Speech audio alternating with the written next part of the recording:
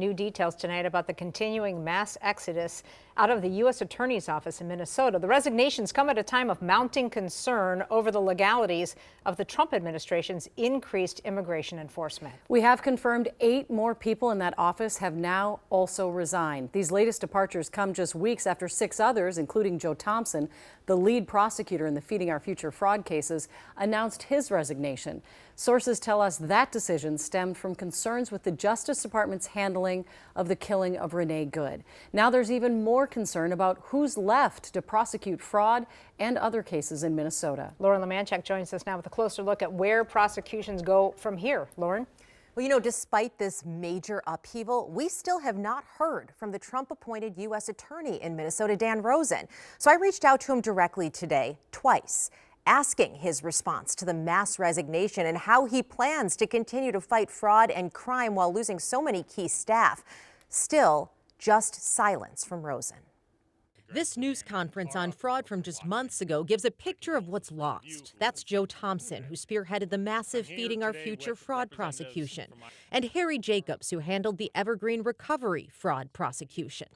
This one shows Dan Bobier, who was prosecuting the multi-million-dollar housing stabilization fraud uncovered by KARE 11 Investigates.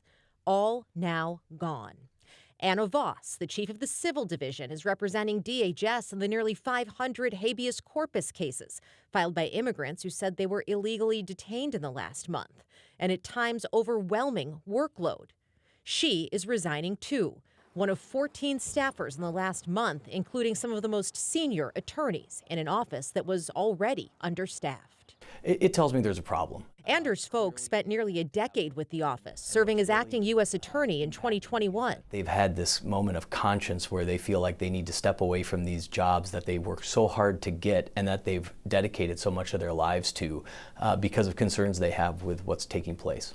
Sources tell KARE 11 the first wave of resignations came after prosecutors were ordered to stop investigating the killing of Renee Good and instead investigate her wife. Sources also say the most recent came after some felt pressure from the DOJ to compromise their personal ethics. Asked for comment, the Department of Justice sent us a memo from last year saying it's the job of DOJ attorneys to zealously defend the interests of the United States. Those interests and the overall policy of the United States are set by the nation's chief executive. Fogh says the mass exodus could set the office and its important work on fraud and crime back years. Anything that compromises the office's ability to bring those types of cases should be concerning to us. These are important cases, and this is the office that brings those cases. Now, we're told more resignations are still likely. The DOJ right now is filling those gaps with out-of-state prosecutors. Just today, on a major housing stabilization fraud case, a new attorney subbed in from the U.S. Attorney's Office in Detroit.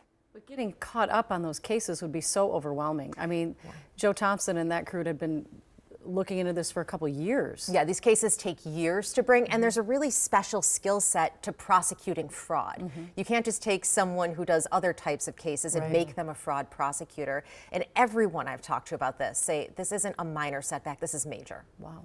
Thank you, Lauren.